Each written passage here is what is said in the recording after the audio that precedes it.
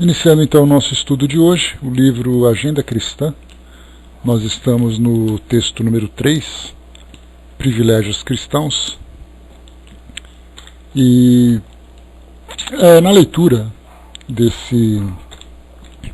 dessa mensagem, né, ao estarmos aqui nos preparando para começar o trabalho, eu comecei a fazer uma reflexão. Beleza, Cinzinha, bom descanso aí. Uma reflexão sobre a ideia de privilégios cristãos. Quais seriam esses privilégios? E aí então, lendo o texto, eu percebi que para a grande maioria de nós no mundo hoje, poderíamos chamar cada um desses requisitos, né, que chamamos de privilégios, muito mais como sacrifícios e não como privilégios. Isso porque, de um modo geral, a visão que nós temos do mundo é aquela visão individualista, é aquela visão quase de sobrevivência. E se você vai sobreviver, você não deve viver em função dos outros, mas em função de si mesmo. Então, o fato de se colocar como um cristão, mas o cristão na sua legitimidade, na essência mais pura da sua ideia, é, aos olhos do mundo hoje, aquele que sempre perde, é aquele que se sacrifica, é aquele que é infeliz.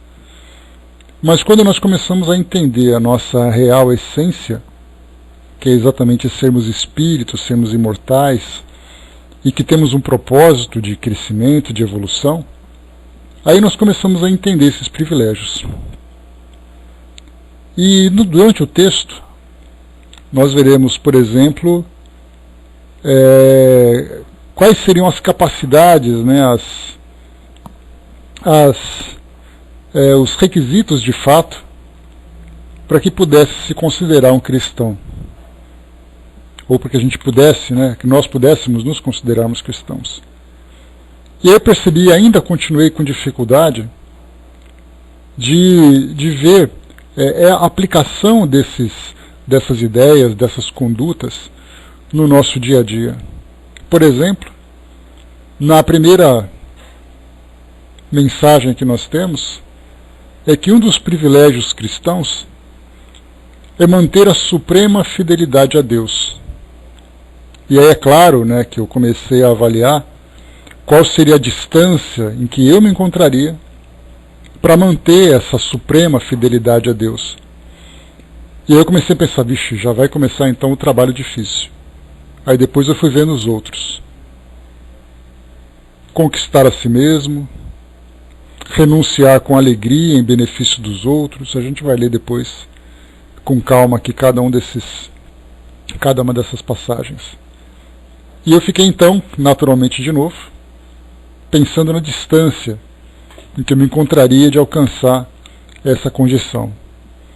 Mas aí eu falei, bem, peraí, em vez de eu pensar no qual é o esforço que eu devo fazer para poder chegar nesse estágio de cristão, é mais fácil eu pensar naqueles que já chegaram. Então, em vez de pensar, por exemplo, que um dos privilégios cristãos seria manter a suprema fidelidade a Deus, o raciocínio mais fácil seria: aquele que é o cristão mantém suprema fidelidade a Deus. Aí eu comecei a achar muito mais fácil. Eu falei, bom, ele conseguiu. Aquele é o exemplo. E quem poderia se encaixar nesse exemplo? E aí comecei, claro, a fazer aquela viagem, né, nos arquivos mentais para buscar quem seriam aqueles representantes do cristianismo verdadeiro, do cristianismo na sua condição mais plena. E aí eu vi então, aquele que consegue manter a suprema fidelidade a Deus é aquele que desfruta desse privilégio, porque ele começa a ver não a partir da perspectiva do mundo em direção ao mundo espiritual, ou em direção àquela condição evolutiva, mas ele está numa condição evolutiva olhando para o mundo material. Então ele se desprende de todos os apegos, né, todos os objetos que nos provocam esse apego, que nos estimulam a esse apego, vivendo essa plenitude do Espírito. Então, embora ele esteja encarnado, ou mesmo estando desencarnado, ele consegue manter essa suprema fidelidade a Deus, reconhecendo Deus como amor absoluto, o amor pleno, por quem ele tem plena confiança, e muito mais do que aquelas mensagens de adesivos que nós vemos, né, nos carros, nos para-choques de caminhão, dizendo que Deus é fiel. Ele consegue manter a suprema fidelidade a Deus, não apenas confiando naquilo que ele pode receber, mas vivendo de acordo com aquelas leis, de acordo com todos os valores que são trazidos para nós a partir daquilo que Deus nos oferece. E aí então a visão sobre essa mensagem, para entender quais seriam realmente esses privilégios, ficou tudo muito mais claro. O segundo, por exemplo, olvidar os próprios desejos, ou seja, esquecer os próprios desejos, atendendo aos superiores desígnios. Então, mais uma vez, em vez de pensar aquele que vai desfrutar dos privilégios precisa esquecer os próprios desejos para atender aos superiores desígnios, aquele que já alcançou é aquele que esquece os próprios desejos e atende aos superiores desígnios. E aí tudo fica mais claro para nós. Então, quando nós começamos a esquecer esses nossos próprios desejos naquilo que diz respeito à vivência do mundo hoje, os prazeres, o egoísmo, a vaidade, o orgulho, vivendo simplesmente atendendo aos superiores desígnios, que aí então nós começamos a ver que os valores cristãos, daqueles que nós aprendemos, por exemplo, a partir dos ensinamentos que os Espíritos trazem para nós, nós veremos então que diz respeito ao amor, à fraternidade, à coragem, à humildade e todas aquelas virtudes que a gente foi aprendendo gradualmente. Ou melhor, a gente aprende, né, na sua totalidade, mas vai compreendendo gradualmente. Outros privilégios cristãos: humilhar-se para que a mão do Senhor seja exaltada. A partir da outra perspectiva, é aquele que se humilha para que a mão do Senhor seja exaltada. E quando se fala em mão do Senhor, significa exatamente que as leis, o amor, as virtudes, tudo aquilo que existe de mais puro, seja muito mais exaltado do que o próprio ser. Para ele dizer assim, olha, eu sou um bom cristão, eu sou uma boa pessoa, eu. E de repente ele começa a fazer a sua autopromoção a partir das suas crenças, sendo que aquele que é o verdadeiro cristão se mantém no anonimato, fazendo com que os valores sejam muito mais valiosos do que ele próprio. Conquistar a si mesmo. Aquele que já atingiu essa condição dos privilégios, já se conquistou. Então, a partir dessas grandes conquistas, que significa exatamente a capacidade que ele tem de dominar os seus impulsos, dominar os seus desejos, aquele que consegue controlar os seus próprios medos, superar as suas fraquezas. Esse é um privilégio já conquistado pelo fato de já ter abraçado essa filosofia. Então, se nós estamos ainda um pouco inseguros, né, até onde eu consigo ser um bom cristão, até onde eu consigo viver dentro dessa filosofia, nós estamos tentando essa conquista, porque enquanto isso não acontece, nós caminhamos vacilantes. Eu acredito, mas eu tenho medo. Eu quero, mas eu tenho dúvidas. Então tudo isso vai se dissipando a partir do momento em que nós desfrutamos plenamente desse privilégio. Renunciar com alegria em benefício dos outros. Aquele que é o verdadeiro cristão renuncia com alegria em benefício dos outros. E o que significa esse renunciar? Ele está abrindo mão do quê, exatamente? Para nós, a partir do entendimento que nós temos de tudo aquilo que chega para nós desses ensinamentos mais elevados, significa renunciar exatamente essas particularidades do nosso egoísmo e da nossa vaidade. Renunciar a um espaço, renunciar a um desejo, renunciar a um capricho. Então nós vamos abrindo mão daquilo que de fato não tem importância nenhuma para o nosso crescimento, mas que pelo contrário, embora traga para nós um prazer imediato, ele acaba trazendo um comprometimento a longo prazo. Simplesmente porque nós desejamos satisfazer aquele nosso capricho.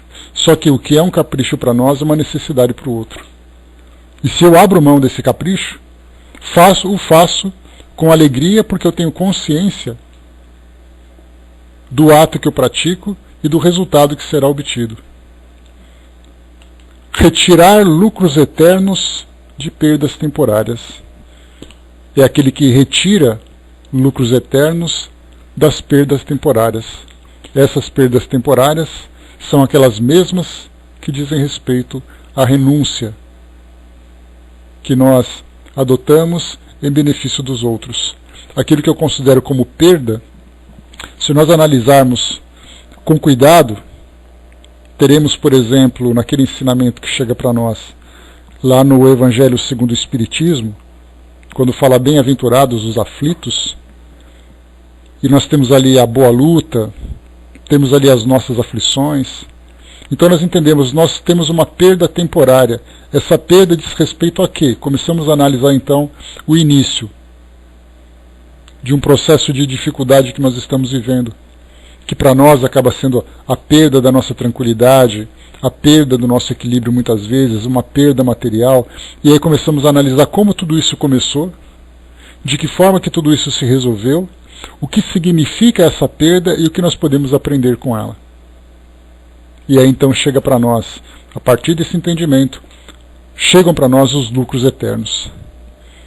Aquele que desfruta do privilégio cristão é aquele que trabalha na construção do reino divino.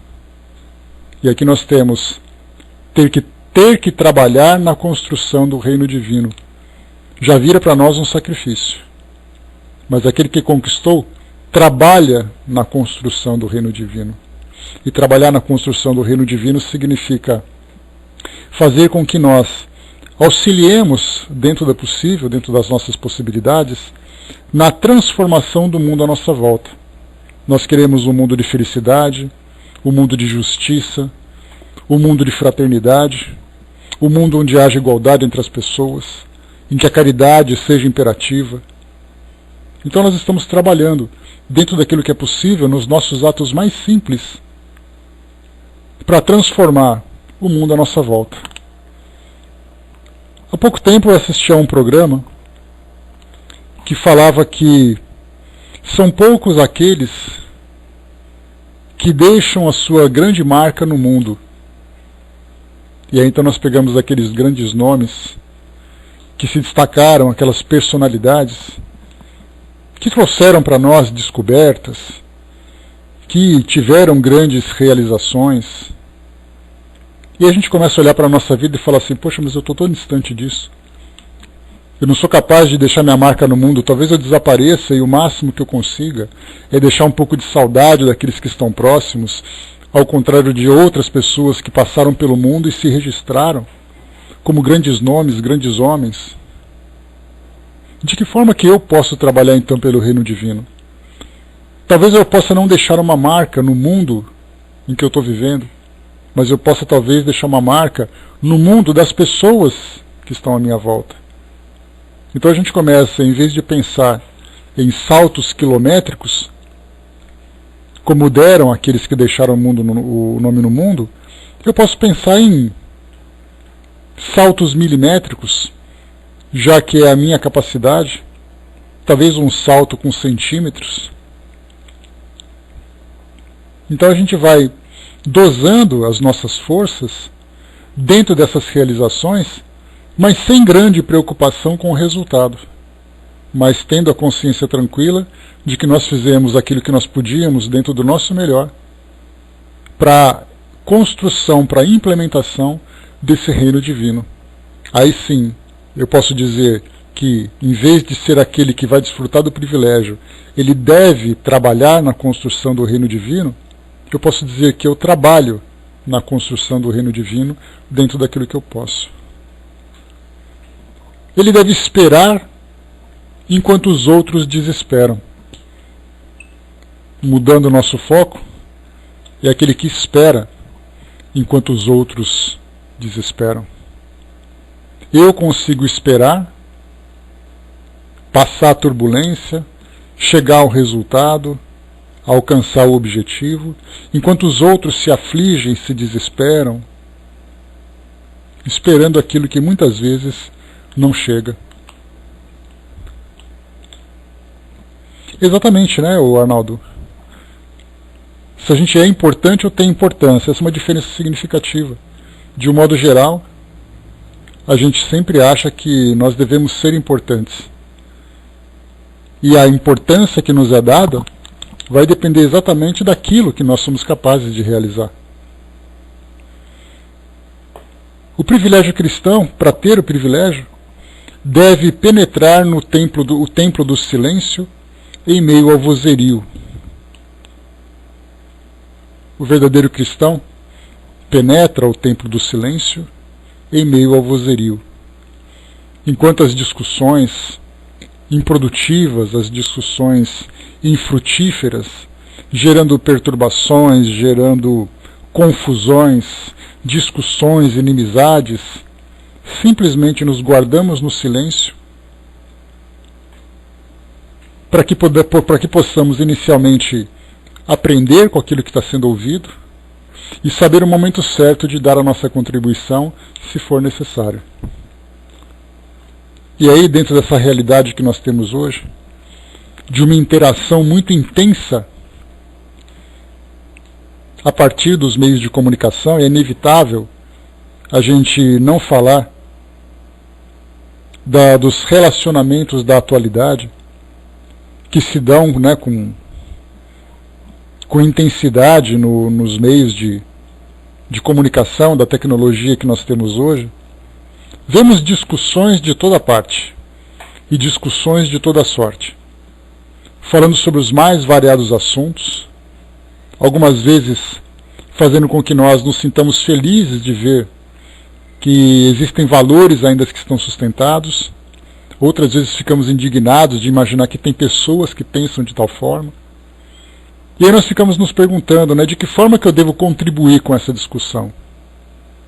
Mas antes disso a gente tem que se perguntar, não é de que forma que eu tenho que contribuir, é se eu devo contribuir. Porque guardar o silêncio no meio desse vozerio todo é para nós não apenas uma questão de sabedoria, mas uma questão de muita força. Porque todos nós queremos falar alguma coisa. Comentei com vocês essa semana sobre uma passagem, né, de Leandro Carnal, numa das suas instruções, das suas mensagens.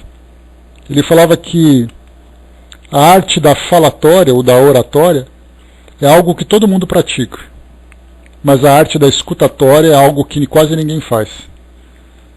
Porque a gente sempre quer, nessa fogueira de vaidades, nessa disputa de egos, ficar sempre colocar nossa opinião como sendo a verdade em detrimento da verdade dos outros.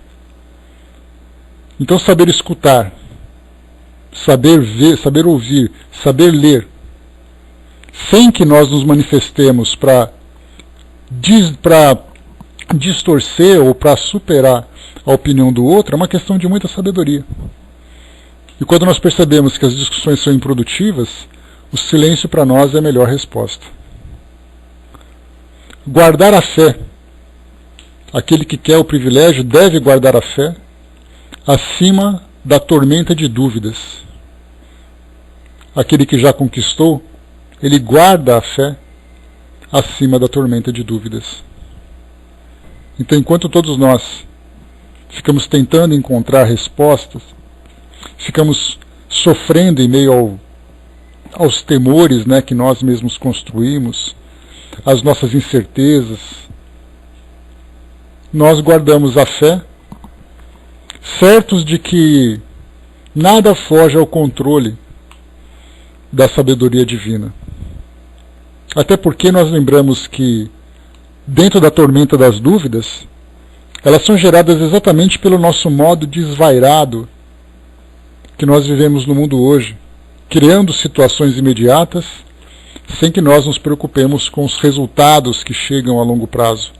Então nós vivemos de um modo equilibrado, ponderado, sereno, e por isso nós já conseguimos antecipar os resultados.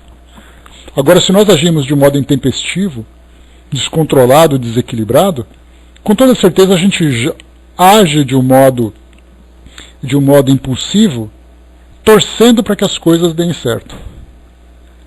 É quase aquela história, eu faço isso e seja o que Deus quiser. Quando nós sabemos o que Deus quer, a partir das suas leis, a partir da necessidade da nossa evolução, nós agimos de um modo coerente e, consequentemente, conseguimos também prever como será a nossa vida. O Dudu colocou, né, já pensei sobre mim com relação ao meu desencarne, mas acredito que os que se lembrarão de mim através da prece que será enviada, conseguirá fazer com que essa irradiação feita chegará de maneira prazerosa e aconchegante, isso me basta. Porque através dessa prece consigo entender a minha partida, né, e o meu bem-estar, e é melhor onde quer que esteja. Quando pensa no desencarne, né, mais uma vez, a nossa desencarnação será o reflexo daquilo que nós estamos vivendo. Então, se nós estamos vivendo bem, a nossa desencarnação também será boa. E mesmo, né, que as pessoas pensem em nós de um modo positivo, o primeiro reflexo que nós sentiremos vai ser exatamente o resultado daquilo que nós semeamos. Então é a nossa vida regrada que vai fazer com que nós tenhamos uma vida espiritual desequilibrada, uma vida espiritual equilibrada. A Guizan colocou, né, há 20 anos renunciei a tudo para seguir meu caminho, né, que não planejei. Deixei tudo para trás e convivo com povos que nada tem a ver comigo. Mas não me arrependo, né, só sinto não poder voltar atrás. Já passou, acho que isso é renúncia em nome do outro, né? Sim. A ideia da renúncia, Guizan, ela tem dois caminhos, né? Aquele caminho nosso, que não é intencional, mas acaba acontecendo.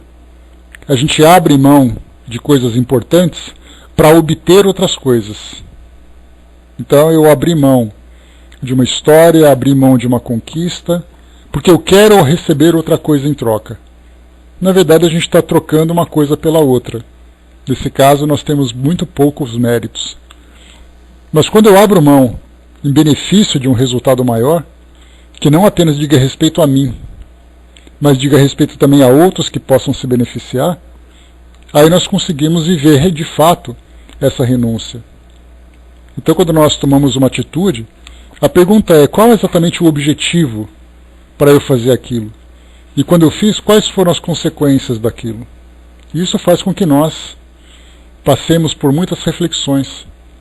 E claro, tudo aquilo que já foi escolhido, que já está acontecendo, não pode ser mudado na sua origem. Mas, mais uma vez, ele pode ser mudado a partir das novas decisões que nós vamos tomando. Continua. Bom dia, pessoal que chegou. Calar a tempo de modo a não ferir. Então, aquele que quer o privilégio deve se calar a tempo de modo a não ferir. Mais uma vez, né? Saber ouvir, guardar o silêncio, saber aprender com aquilo que está sendo ouvido, para depois falar aquilo que deseja, se for necessário.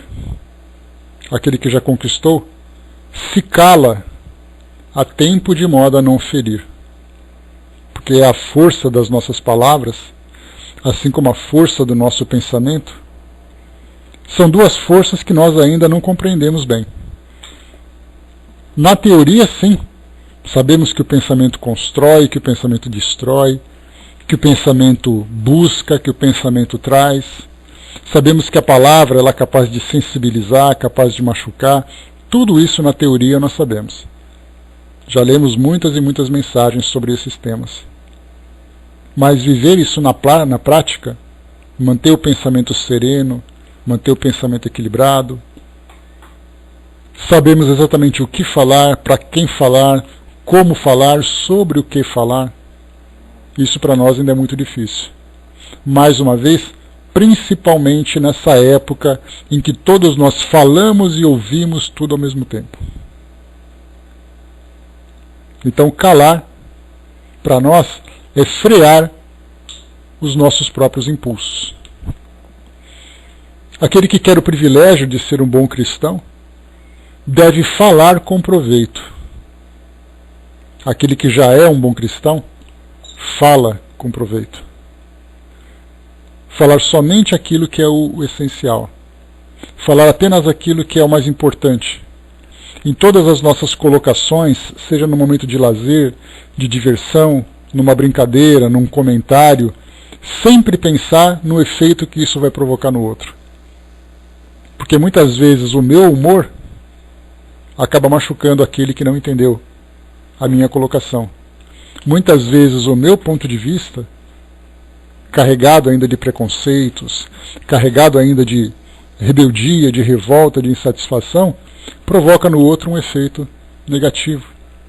Vocês se recordam, como quando nós estudamos no livro Fonte Viva, sobre tudo aquilo que nós fazemos para roubar a tranquilidade do outro. Ele se encontra com um pensamento sereno, tranquilo, feliz, e uma palavra que nós emitimos faz com que ele deixe de pensar naquilo que ele estava pensando para pensar naquilo que nós queremos que ele pense. E aí então eu tiro ele do estado de tranquilidade e o coloco no estado de perturbação, o mesmo estado de perturbação em que eu me encontro. Por outro lado, se eu souber falar com proveito, muitas vezes ele se encontra no estado de perturbação e aquilo que eu faço faz com que ele se desvincule daquele pensamento e comece a pensar na mesma harmonia em que eu me encontro. E essa arte de falar e a arte de calar são dois grandes desafios que nós enfrentamos. E isso só será bem vivenciado se nós conseguirmos desenvolver dentro de nós todos esses valores que possam então permear, envolver, imantar cada uma das palavras que nós emitimos, ou cada silêncio que nós proporcionamos. O verdadeiro cristão deve ouvir o divino amigo em plena solidão. Então temos que aproveitar ali a solidão, o silêncio e entrarmos em sintonia com o divino amigo, Jesus à nossa volta. Aquele que desfruta do privilégio, ouve o divino amigo em plena solidão.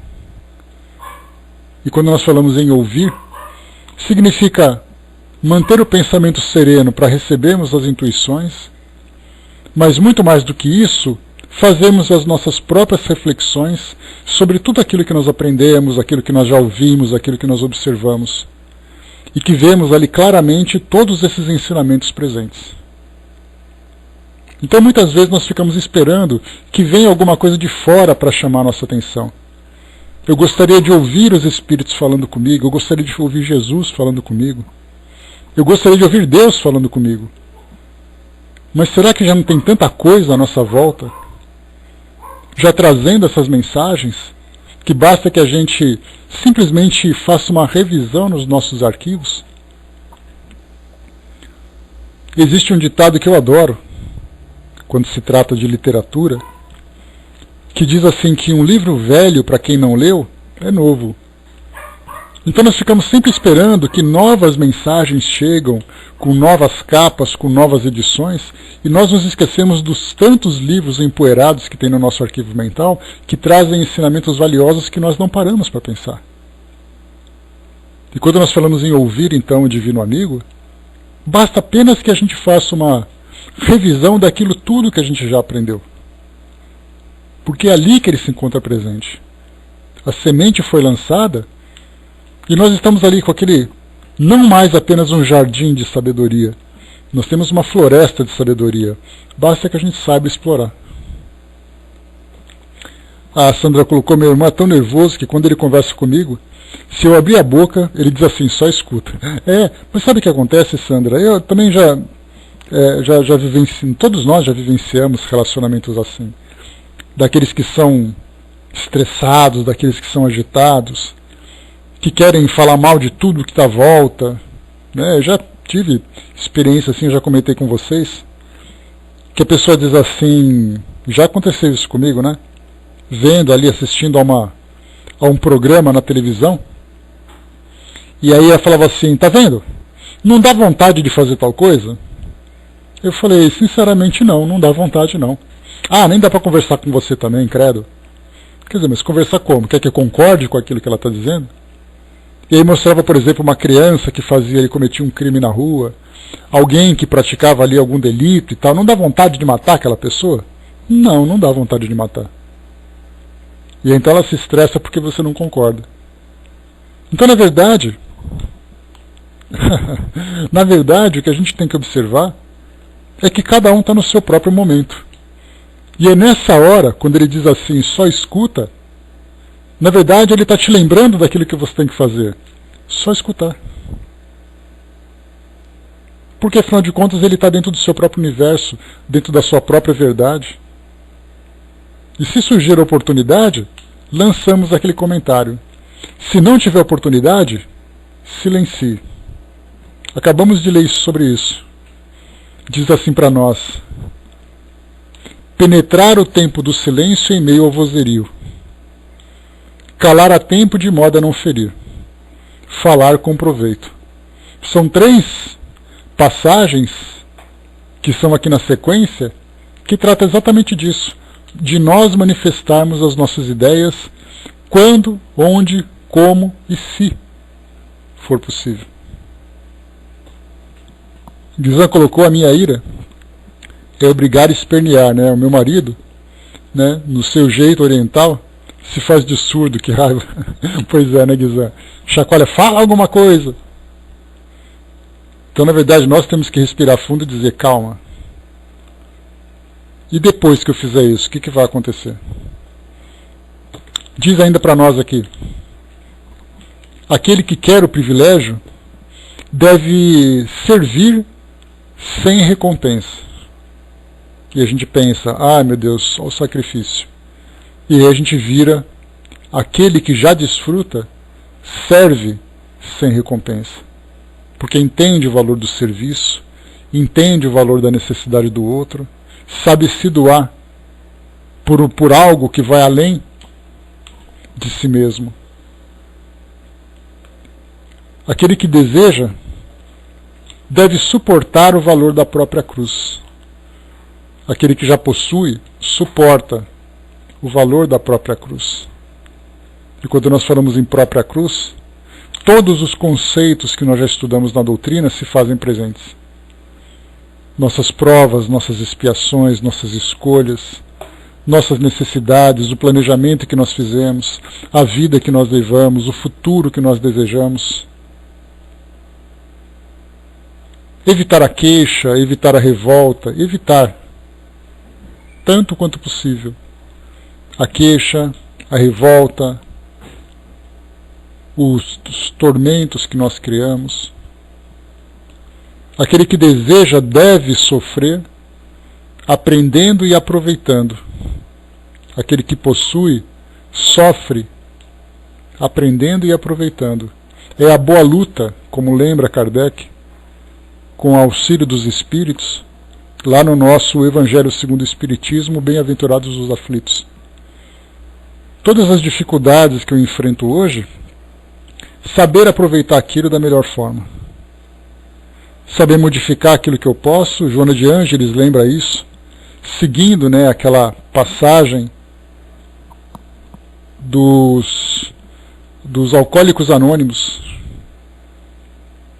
Mudar o que pode ser mudado, aceitar aquilo que não pode ser mudado, ter discernimento para diferenciar uma coisa da outra.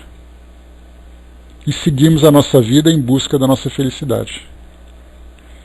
Aquele que deseja deve amar sem exigências.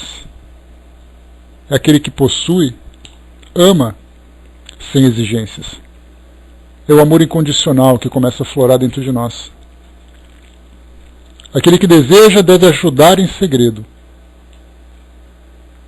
Com humildade, com simplicidade, sem holofotes, sem autopromoção. Aquele que possui ajuda em segredo.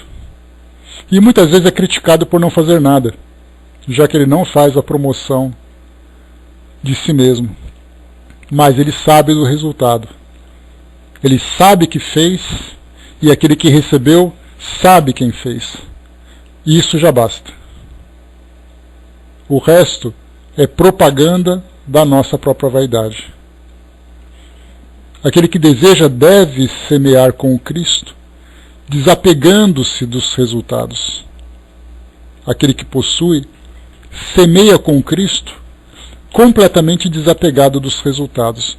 Isso porque muitas vezes é importante a gente falar sobre isso. Muitas vezes nós fazemos alguma coisa esperando um resultado imediato, até mesmo esperando que esse resultado seja visto por todos.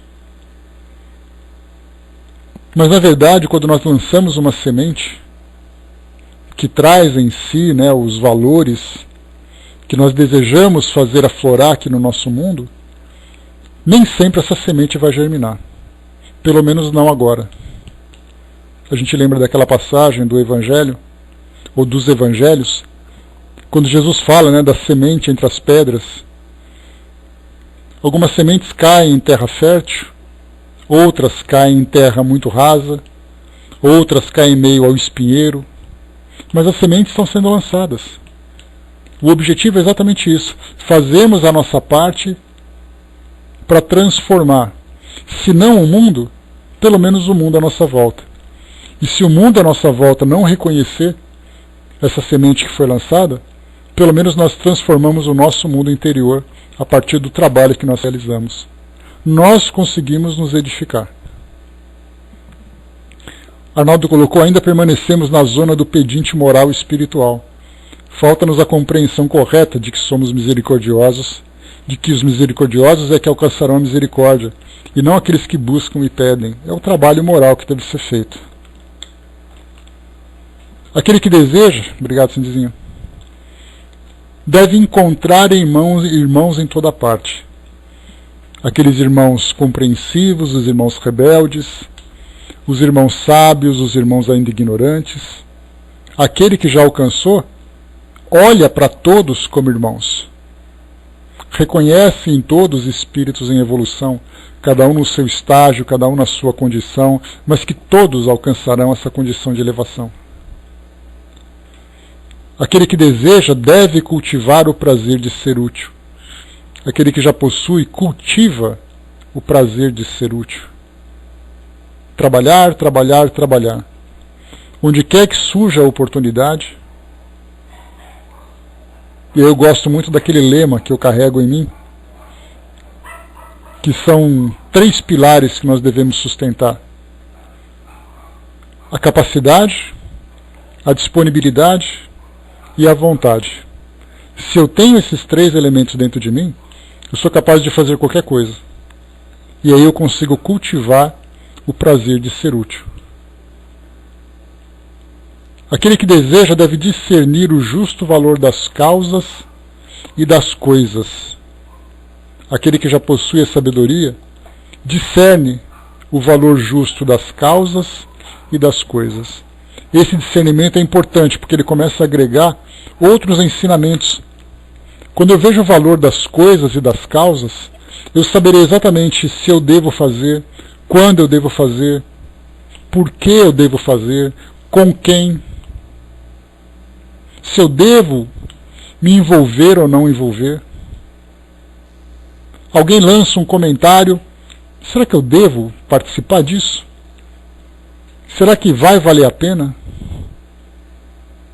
Alguém vai aproveitar aquilo que eu vou oferecer, do bem ou do mal que eu oferecer?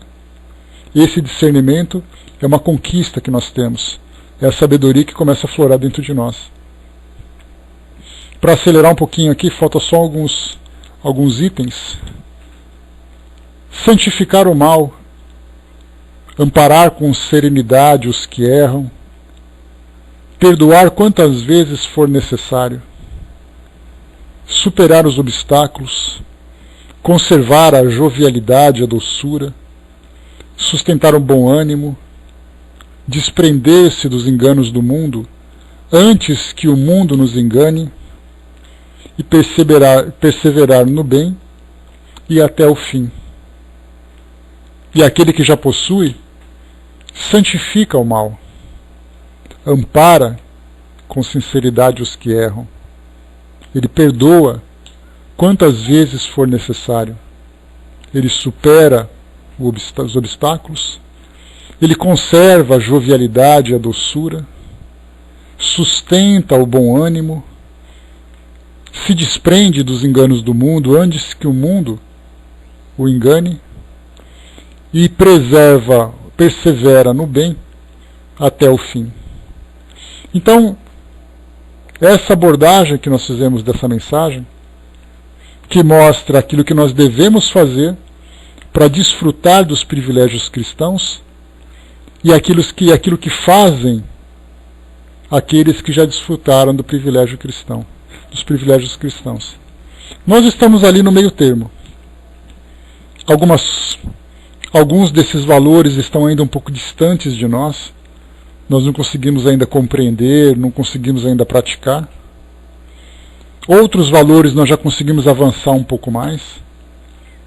Mas nós temos sempre que ter como objetivo maior essas conquistas. E trabalhar incessantemente, diariamente, permanentemente para que isso seja alcançado. Porque do contrário, nós viveremos a superficialidade de uma filosofia que é tão complexa, que é tão importante para todos nós, e não tenhamos dúvida nenhuma. É o único caminho que nós conseguiremos seguir para chegar nessa condição de felicidade. E não apenas significa dizer que esses valores são valores cristãos, porque do contrário dá a impressão de quem não é cristão tem que fazer coisas diferentes. Na verdade, esses são valores divinos. E todas as escolas, todas as filosofias, seguem pelo mesmo caminho. São ideias ditas por pessoas diferentes, em épocas diferentes, de formas diferentes, mas a essência é a mesma para todos. Podemos dizer que o perfume que exala desses ensinamentos, dessas variadas escolas, é o mesmo. Enquanto nós estivermos sentindo odores diferentes, significa que nós estamos vivendo filosofias diferentes. E filosofias diferentes jamais conseguirão convergir para esse mesmo ponto. Então, pessoal, privilégios cristãos. Nós podemos pensar naquilo que nós desejamos conquistar, ou valorizar aquilo que nós já conquistamos, ou trabalhar para que um ou outro seja conquistado. Então essa é a mensagem trazida para nós, aqui desse nosso texto número 3, da Agenda Cristã. E sejamos confiantes, nesse trabalho que a gente faz. Sabedoria acima de tudo. E o que eu mais gostei aqui nessa mensagem foi exatamente a passagem que diz para nós esse discernimento do valor justo das causas e das coisas.